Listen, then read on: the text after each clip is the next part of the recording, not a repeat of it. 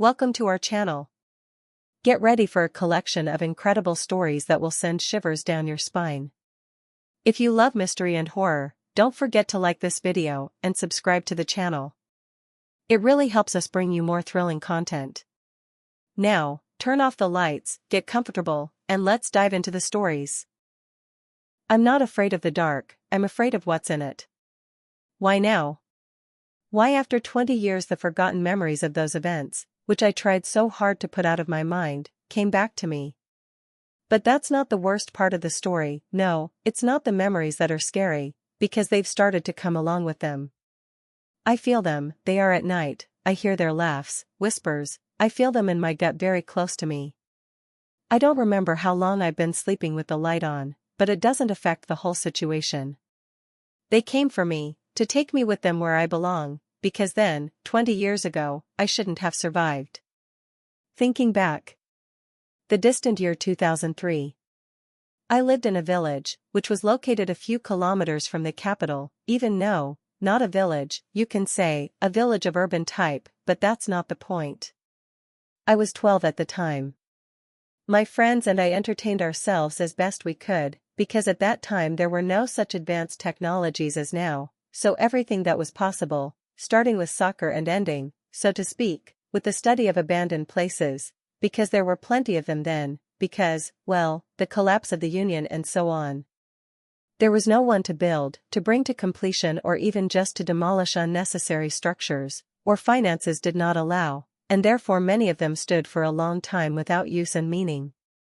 Some of them are still standing in proud loneliness, watching with their empty dark window cavities, remembering the old days, when mankind made grandiose plans, and life was boiling in the buildings or near them.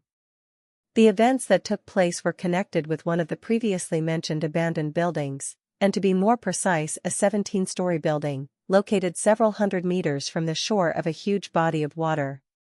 It is not difficult to guess that the soil was unsuitable for such structures, so the building slowly began to subside, bogging like a swamp, under the influence of its own weight. A lot of legends and fables people made up about that place. Allegedly there are serial maniacs, monsters, demons, and the like. But did that ever stop us? Memories are so clear and crisp, as if not in my head, but watching them on TV, every detail, every word spoken, time to the minute, I remember literally everything that happened on that ill-fated summer day, which certainly raises a lot of questions. Why so and why after a long time? August 20th, 2003, 4 o'clock in the morning. I'm ready. I am standing by the well with my backpack behind me, next to my faithful horse a Desna bicycle, the dream of teenagers of that time. I'm waiting for my friends, with whom, in fact, we discussed in advance the time and place of the meeting. Here they are, Sanyak, Pashka, Sergey and Kalyan. Ready? Sergey asked, not getting off the bike. Always ready. We answered with a chorus, then immediately set off on the road. It should be said, from our place of residence and to that abandoned, about 16 kilometers, from which our way became very interesting, distillation, illegal collection of other people's grapes, walnuts, and everything that was badly laid, not scorned even non-ferrous metal. Yes, in those days it was not bad and, even say, the main way to earn money for us. Our plans included the following: to get to the lake, to fish until it starts to get hot, to swim properly and only then we could go to a cooler place, to the gut of a giant concrete building. I will not tell you the whole process of fishing and other things, I will go straight to the point, to where it all started. To get into the building itself you had to climb through a window or balcony, because the basement and the first 2 floors were completely out of sight, buried entirely in the soil. Once inside, we began to discuss where to go next, to go up to the top or go down in the basement itself, where, according to experienced guys, there is an atmosphere of fear and hopelessness. Well, what is there to do in that cellar? Pashka snapped at my suggestion. Here is the top floor, it's another matter, it opens just a stunning view, everything is like in the palm of your hand, the lake, the fields, which have no edge or end, the blue sky around, as if a little more and you can feel the fluffy clouds, is not it beautiful? Pash, we've been up there 100 times already, aren't you tired of the same thing? I don't argue, of course it's fascinating, but let's fulfill Vask's dream this time, because he's been asking to see the basement for ages, but we put it off for the next time, especially we have everything with us, flashlights, spare batteries, food, water in plenty, warm clothes just in case, as if God himself made it clear that today is the day. Sergei said and smiled broadly, and the rest of us laughed. That was the end of it. Step by step, lighting the way with a lantern, looking at various obscene inscriptions and drawings on the walls, trying not to make much noise, we went down, approaching the goal. I don't know and I can't say why I was attracted to such places, dark, gloomy, closed, because many people tried to avoid such places, but not me. 3 floors down, we were faced with a very sad sight. Pieces were literally falling off the wet concrete walls, exposing the rusty rebar. On the ceiling, large drops of condensate were accumulating, which not often, but still came down, falling on our heads or over our necks. The concrete floor was also littered with pieces of concrete, construction debris, empty bottles, and the like. We fell silent and began to listen. Grave silence and coldness reigned in that place, with only the occasional sound of droplets falling on the concrete floor breaking the stillness, causing us to involuntarily turn back as if disturbed by something. After 40 minutes of walking through the rooms as if through a maze, we began to realize how huge it was, as it would not take 15 minutes to walk completely from the first wing of the building to the outermost one, it was checked. The further we went into the bowels of the basement, the more we realized that none of us could remember which way was the exit. So we trapped ourselves in a godforsaken place. Are we done playing? Pashka said angrily. Don't grumble, it's all right, it can't be this basement so big that we can't find a way out. Answered Sergei, but in his voice no longer felt the former confidence, it was noticeable that the guy is nervous, as well as all the others. We need to go back, the exit is behind us, we came from the other side, I remember exactly. Kalyan intervened in the conversation. What do you think, Vas? Sanyak asked a question, illuminating the corridor in front of him, cutting through the thick darkness with a flashlight beam. I agree with Kalyan, something tells me that the exit is there. I pointed the flashlight beam in that direction, where I thought the exit was, but how wrong I was. Then let's not waste time, let's get out of here, I'm not coming here again. Added Pashka, and then we set off, hoping to find the exit as soon as possible. The Montana clock made us realize that we had been wandering through the dark corridors and rooms for more than an hour, but the exit had not been found. The guys were quite nervous, someone was on the verge of hysteria. But what happened next, there is no logical explanation.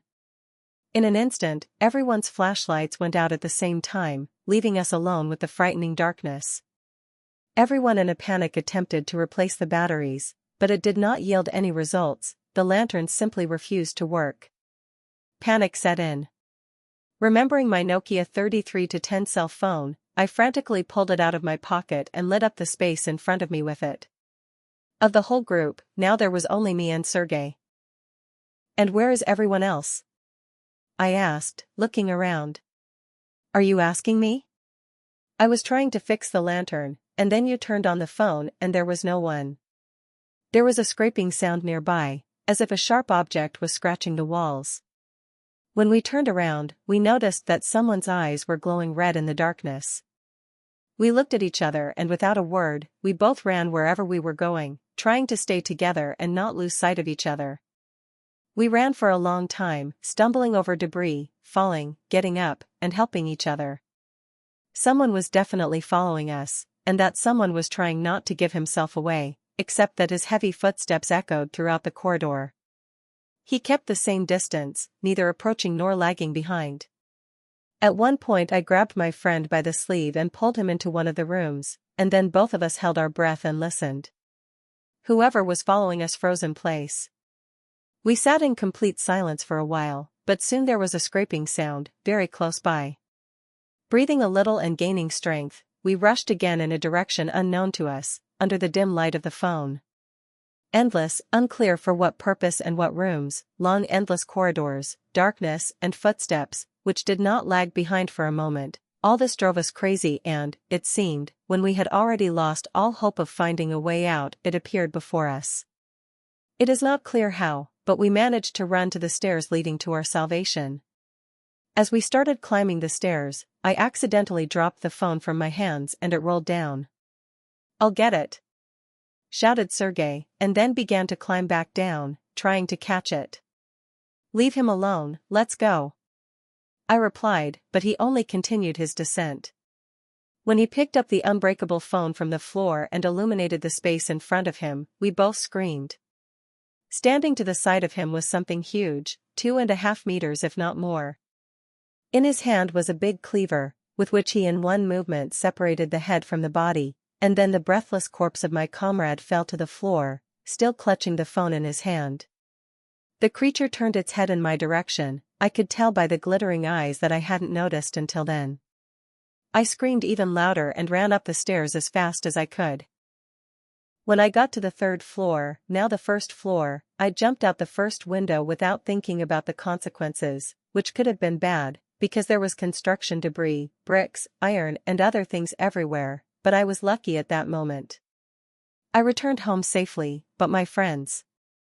Naturally, after those events there was an investigation. I was questioned and not once, but who would believe my words and statements?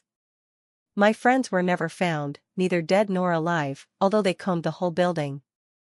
As it turned out, the basement, according to the law enforcers, was not so big as I told them, just a few rooms and a corridor connecting the 2 wings with the main building. I still can't stop thinking, what kind of place was this, where we got to? A parallel world? Otherworld? An anomaly? I guess none of that matters anymore. I would give anything to change the outcome of those events, to get my friends back. I would give anything to never be in that cursed place. For a long time I couldn't sleep at night. I had dreams of my comrades calling me. I was afraid of the dark. I slept with the light on. Thanks to a long and hard work, I still managed to force myself to throw the memories of those terrible events out of my head. I'm still afraid of the dark.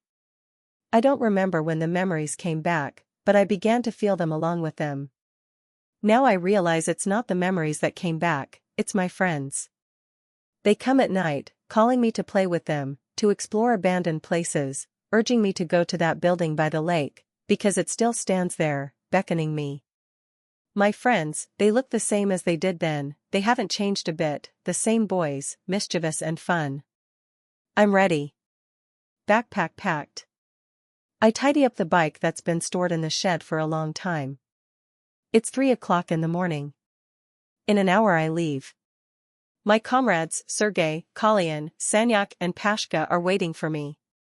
I am no longer afraid of the dark.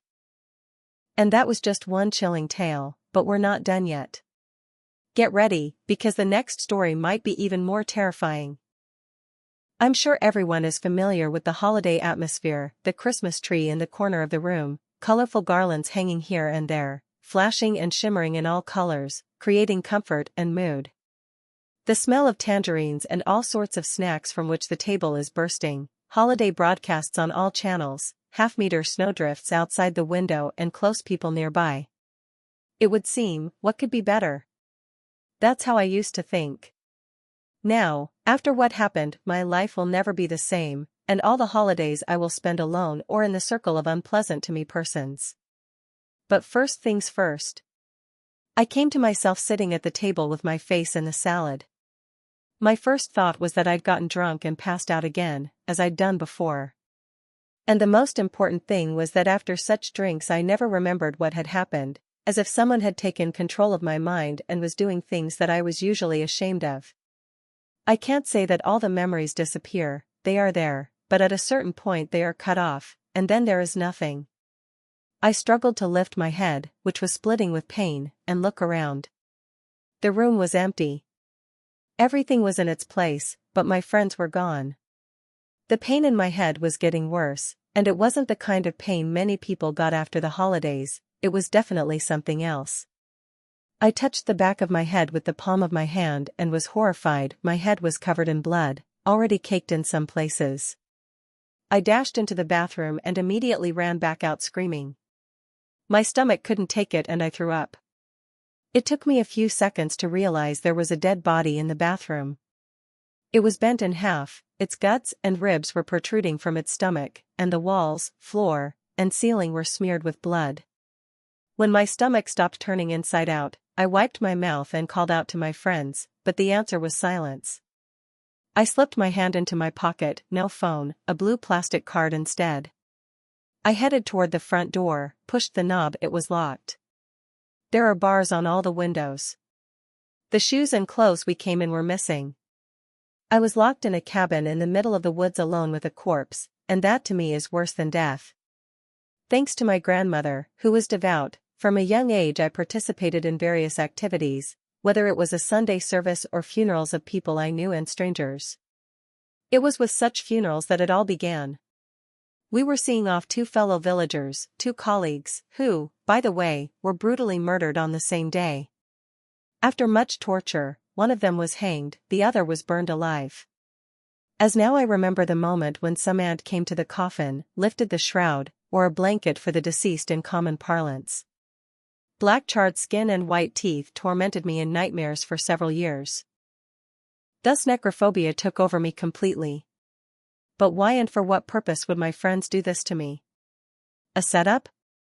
They killed someone themselves and want to pin it all on me? I reasoned, looking out the window in the hope that our transportation would be in place, but no, it was empty where we had left it. I went to the table, knocked back a shot glass and headed for the kitchen. There was a surprise waiting for me, another corpse, and by the looks of it, it was Artyom, one of my friends. Somehow he had been twisted and broken in such a way that he was completely inside the sink, with only his legs and curly head sticking out, by which, in fact, I was able to recognize him. Fear and horror seized me, shackled my body as if by chains, and made me stand still as if numb. My mind refused to believe it was real. I hoped it was just a dream and I was about to wake up, but it wasn't. After a while I stopped shaking, I started to come to my senses and think. Overwhelmed, I decided to go back to the bathroom and check. Something told me that another one of my friends was in there, and I was right. Igor was in the bathroom. He was literally disemboweled, his spine broken, his scalp removed. A third corpse was found in the refrigerator, on different shelves. Elena, once a dark-haired, tall, beautiful and very smart girl, now just plain meat. I found her when I opened the fridge to get a clear one, since my cuckoo promised to leave me soon, and something had to be done about it. I sat down at the festive table, poured myself a shot glass, drank it and began to think. There were 2 options. The first one was a maniac, a complete psychopath who kills for fun, and the second one was that this maniac was one of my friends, and he was somewhere near, torturing another victim or waiting for my next move. Either way it raised a number of questions, such as, where are the rest of my friends? There were 8 of us, 3 have already passed away, the 4th is me. Am I the only survivor or are there others? And if there are, where are they? Why did they lock me up here and not take me with them if they left? They could have left the keys unlocked in the first place. Right, the keys. I squeezed out of myself, poured another shot glass, knocked it over and headed for the kitchen. Took Artyom out of the sink. I searched his pockets as you'd expect, empty, except for a plastic card, exactly like mine, but yellow in color. Lenka had a green card, Igor had a blue one. It turned out that I had been afraid of the dead all this time for nothing, because they were harmless, just lifeless pieces of flesh and skin enveloping a pile of bones, but the living should be feared, because they could surprise me. Green, yellow, blue, and cyan. What does that mean? Surely it's some kind of riddle or something, a hint, a clue. I pondered, looking out the window. It was calm outside, the full moon illuminated the space around me. I looked into the trees. It seemed to me that there was someone there, someone walking between the trees, watching and waiting. But it was all just my imagination. I hoped the others were luckier and had gotten away, and maybe help would arrive soon, but for now I had to rely on myself. I went to the kitchen and grabbed a knife. I began to search the house. Every corner, every piece of furniture was checked by me, and this is what I managed to find. Yulia was found in the bedroom closet. She was in a sitting position, holding her own head in her hands. A red-colored card was discovered. In the kitchen, I found an entrance to the basement that I had not noticed or paid attention to before. Since I couldn't find where to turn on the light, I had to improvise. I broke a mop, wrapped a rag around it, soaked it in alcohol, lit it, and voila, the torch is ready. Went down into the basement. Bingo! Natasha was taped to a wooden support like Frodo in a cocoon of spider webs. Orange card for the collection. Now it was all coming together. Blue, green, yellow, red, orange, blue. The only thing missing was purple. No luck finding Andre and Lisa as friends. That meant only one thing: one of them was definitely the killer. Each victim was assigned one of the colors of the rainbow, only why and what was the point? And why was I still alive? I spent a few more hours searching for the others, but soon I had searched the entire house, but still no one. After a while, law enforcement arrived, and Andre was with them. The door was broken down, I was rounded up and taken to the station, the others to the morgue. As it turned out, Lisa was found in a street toilet, nailed to the wall, and guess what? That's right, she had the purple card. Why did I survive, you ask? Why didn't the killer take me out like everyone else? How did Andre escape? It was like this. We were having fun, drinking, joking, dancing to fun music. At a certain point, someone suggested we play some games. Everyone started to suggest their own options. I suggested we play Rainbow. How? My friends asked me in surprise, because we had never played such a game before. It's very simple. There are 8 of us, the rainbow has 7 colors. We put 7 cards of different colors on the table in a pile. Then, on command, we take one of each from the table. Whoever doesn't get a card will search and the others will hide. However, not everything is so simple. The seeker will have to not only find everyone, but also take their cards, remember who has what color and collect them in the sequence, KOGZZGSF. According to Andre, it was me who didn't get the card. The game began. I found Igor first. In one move, I cut his stomach open. Guy fell into the bathtub. The next victim was Lisa.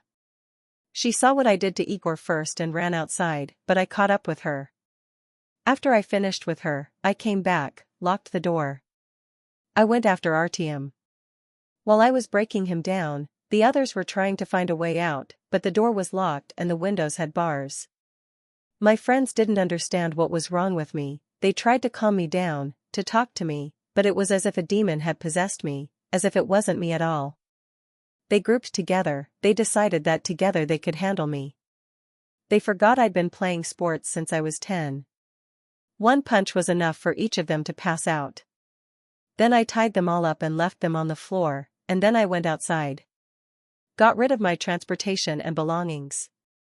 When I got back, I got down to the business at hand, namely, packing everybody up. When only Andrew was left, I decided to take a break and sat down at the table. I had a drink, a snack, and decided to get down to business.